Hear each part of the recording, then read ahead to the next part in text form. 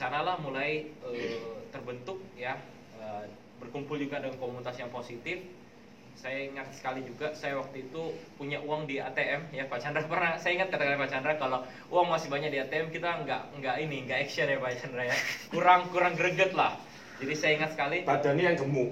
Iya, jadi uang semua saya waktu itu juga nggak banyak juga, karena dulu orangnya saya boros. Jadi ada uang jajan biasa dipakai belanja ya, boros lah intinya. Boros. Jadi tabungan nggak banyak. Jadi tabungan itu saya pakai untuk kulaan bekatul waktu itu. Diputar ke produk keke.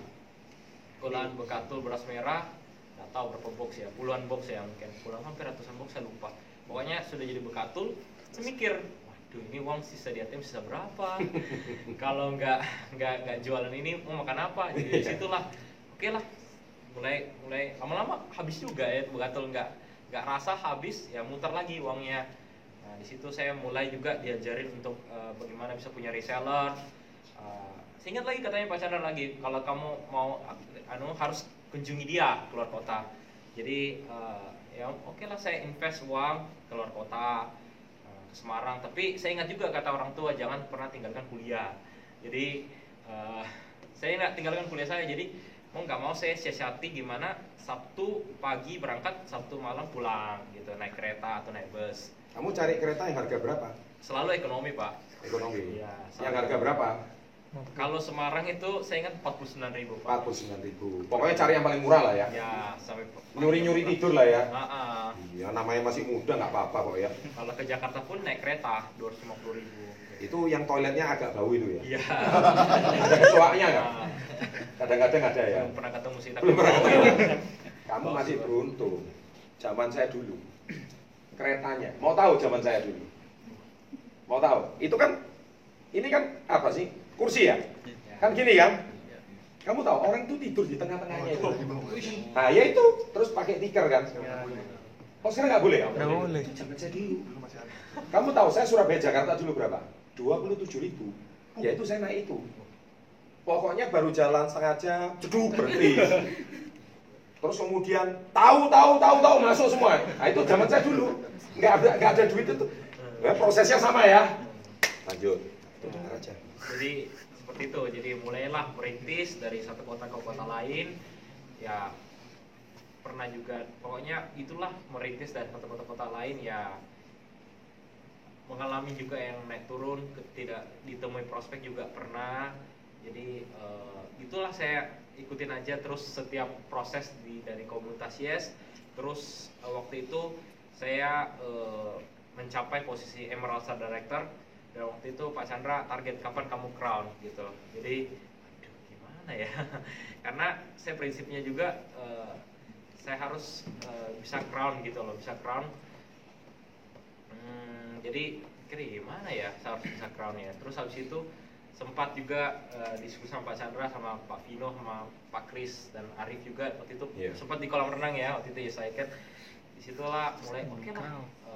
Saya nggak tahu caranya gimana, tapi saya percaya dulu kalau saya bisa. Nah disitulah saya all out dulu lah, intinya all out dulu. Buka kiki mobil takut gitu. Jadi buka kiki mobil itu, waduh jangan dulu deh, nanti besok lah baru siapa tahu nambah sendiri, nggak tahu. Jadi saya takut gitu loh. Takut buka kiki mobil itu. Jadi apanya yang nambah sendiri? sebenarnya siapa tahu. TGPV-nya. Masih takut Pak, masih takut begitu. Aduh, bisa berapa hari gitu loh. Poin masih kurang gitu. Jadi nggak apa-apa deh, fight dulu sampai akhir.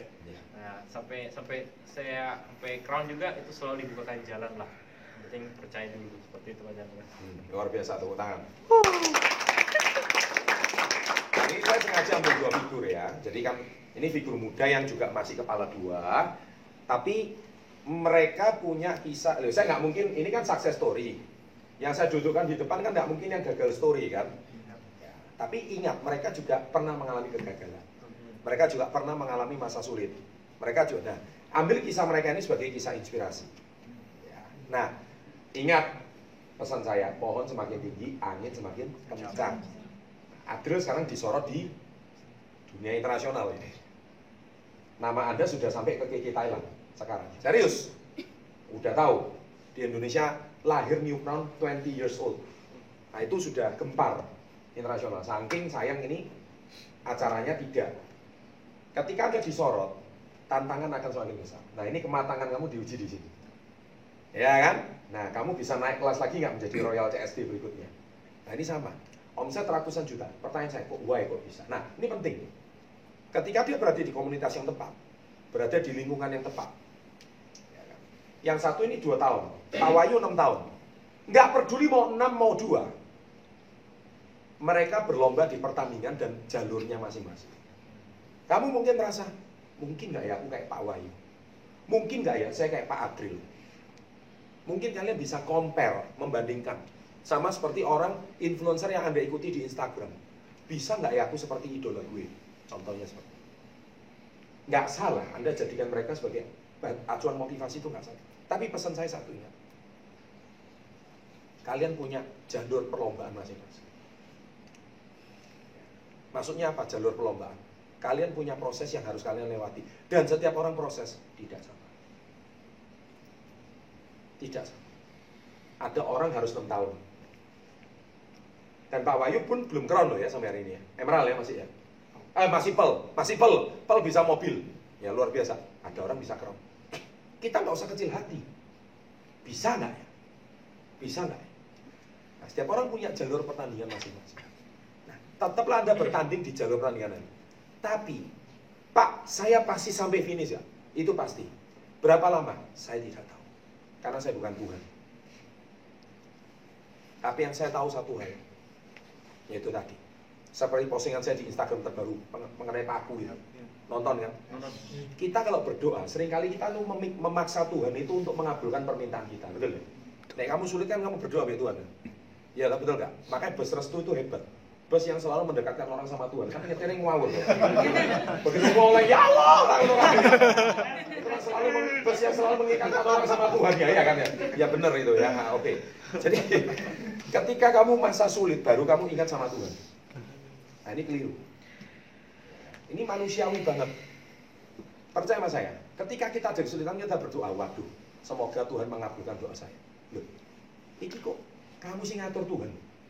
Kamu kok maksa Tuhan untuk mengabulkan permintaanmu? Kamu harus membedakan mana berdoa dengan ikhlas, berdoa dengan berserah, atau berdoa dengan maksa. Lah kebanyakan dari kalian berdoa itu karena maksa. Maksa Tuhan harus mengabulkan doa kalian. Dan lucunya saya paling sering dengar doanya anak-anak muda yang barusan diputus pacar tuh kayak gini. Ya Tuhan, jauhkan dia dari orang-orang lain. Dia hanya milikku. Loh kok ini kok perintahku? Ini apa? Lah Tuhan mau ngurusi masalah cintamu tok lho. Nah ini anak-anak muda ini seringkali doanya itu cetek banget ilmunya. Ngerti ya maksud saya? Jadi kalian itu nanti dengar konten saya 5B. Bagaimana cara berdoa yang benar. Saya ada satu konten video kan, kapan doamu akan dikabulkan kan? Tolong ulang-ulang baik video itu. Ada 3 tipe manusia di sini. Nah ini seringkali banyak manusia itu nggak sadar. Dia tuh maksa Tuhan untuk harus mengabulkan doanya. Kenapa? Lihat Adril 20 tahun pron.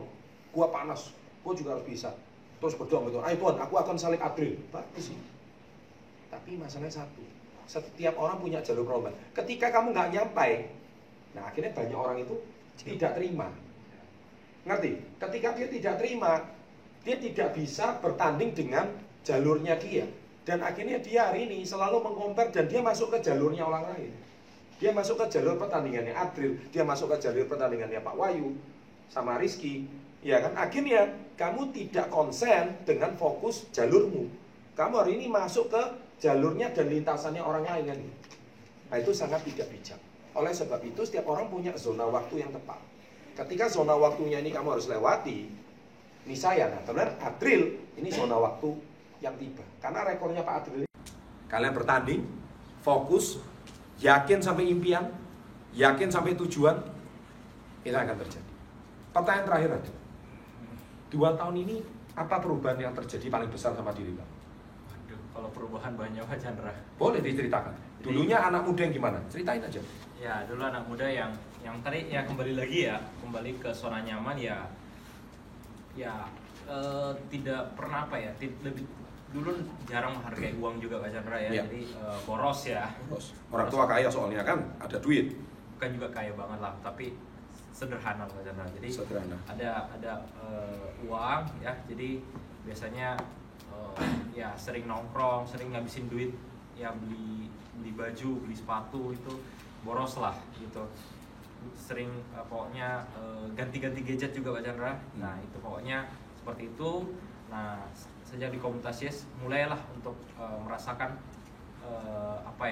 proses untuk cari uang itu harus dihargai lah. Jadi tidak boros, terus nggak gampang cari uang sendiri ya. Ya, jadi terus habis itu perubahan yang berikutnya ya dari segi pola pikir juga ya. Kalau di komunitas Yes kita belajar bukan hanya untuk cari uang, tapi di komunitas ini kita belajar banyak hal, terutama seperti hubungan kita dengan keluarga, dengan orang tua, terutama ya kalau sama seperti Pak Wahyu ngomong, kalau kita punya hubungan baik dengan orang tua, dengan Tuhan, itu jalur itu dibukakan terus seperti itu. Jadi dari aspek spiritual juga mulai belajar banyak dari komunitas Yes. Apapun agama kita tidak penting, tapi yang penting adalah kita tahu bahwa kita punya Tuhan, ya hubungan Tuhan harus tetap oke, hubungan dengan orang tua juga oke. Di situ mulailah banyak dibukakan jalan yang awalnya tidak masuk akal kayak gitu. Capek kran juga awalnya nggak masuk akal Pak Chandra. Nggak masuk akal. Nggak tahu gimana caranya. Cuma ya Pak Chandra ngomong, nggak usah pakai logika dulu, kerjakan dulu, fight dulu. Karena kalau kita sudah ngomong nggak bisa, otak pasti kan udah tidak mau cari jalannya. Kayak ngomong kamu percaya dulu, kamu jalan dulu. Nah situlah otak mulai berpikir harus ngapain, mulailah terbuka jalan-jalannya. Yang penting kita punya tujuan. Kalau nggak punya tujuan, gimana dikasih jalan kayak gitu. Tepuk tangan.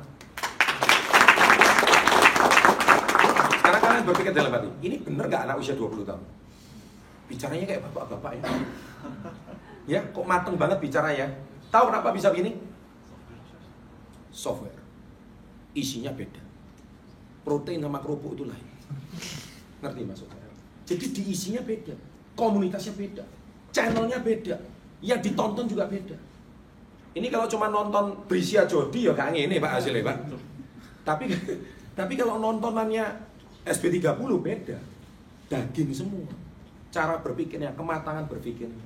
Begitu juga Pak Wahyu. Mungkin di Semboro cuma satu yang model begini. Betul ya?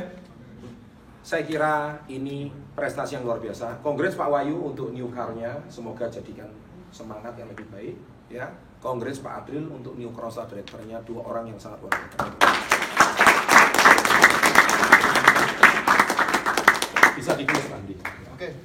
Terima kasih atas waktunya ya Pak Chandra dan teman-teman lain dari sini ya. Saya doakan semua bisa lebih sukses lagi di GK ya. Amin. Ya. Dan terima kasih sekali untuk Pak Chandra dan saya mengingatkan sekali lagi ya bagi Anda. Oh ya, saya nggak tahu ya itu kuota masih ada atau enggak. Coba mungkin di set lagi. Soalnya kuotanya sangat terbatas. Ya, jadi kuotanya terbatas. Jadi ini sekaligus mau mengingatkan kurang dari 1 bulan lagi kita akan hadir di Yes I Can. Sebenarnya persiapannya bukan 1 bulan, terakhir itu tanggal 20 Pak ya, untuk pelunasannya. Tanggal 20 terakhir, jadi bagi Anda yang mungkin timnya tidak hadir hari ini, bisa segera dikonfirmasi ulang supaya bisa maksimal ikut Yes I Can. Itu aja yang bisa kita share pada sore hari ini. Be the best, go Crown, go on percent. Thank you.